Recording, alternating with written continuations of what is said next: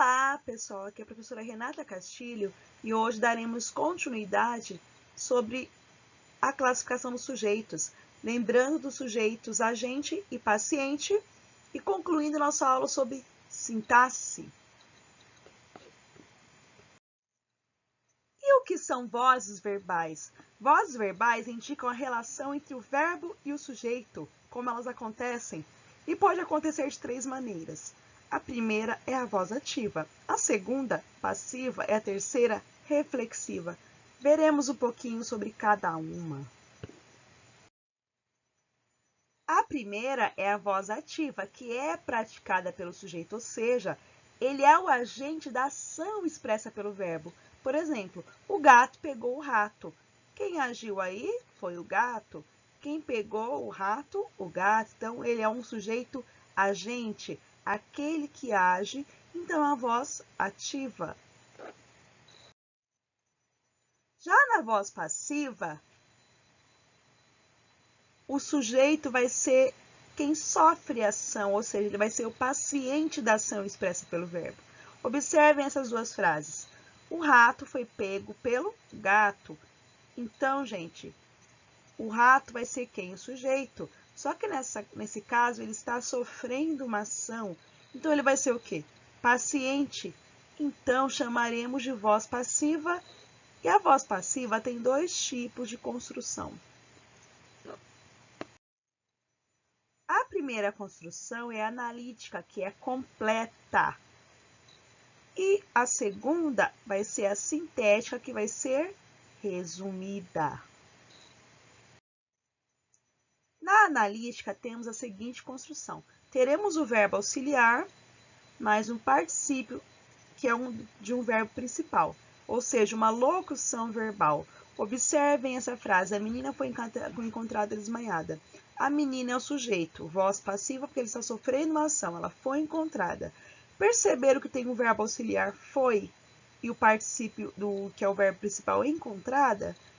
Aí mostramos uma locução verbal. Por ter uma frase construída inteirinha assim, chamaremos de voz analítica, passiva analítica. Já na sintética, o pronome vai ser apassivador, ou seja, ele vai estar em terceira pessoa. Teremos a partícula se aí, que é um pronome apassivador. Ou seja, ela foi totalmente resumida por esse pronome.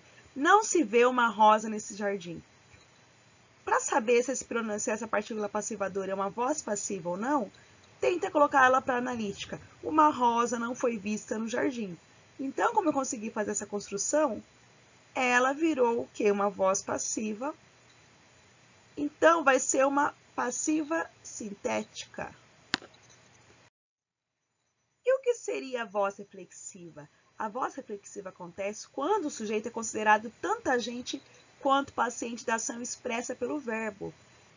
E é construído através da união das formas verbais e das pronominais me, te, nós, vós e se.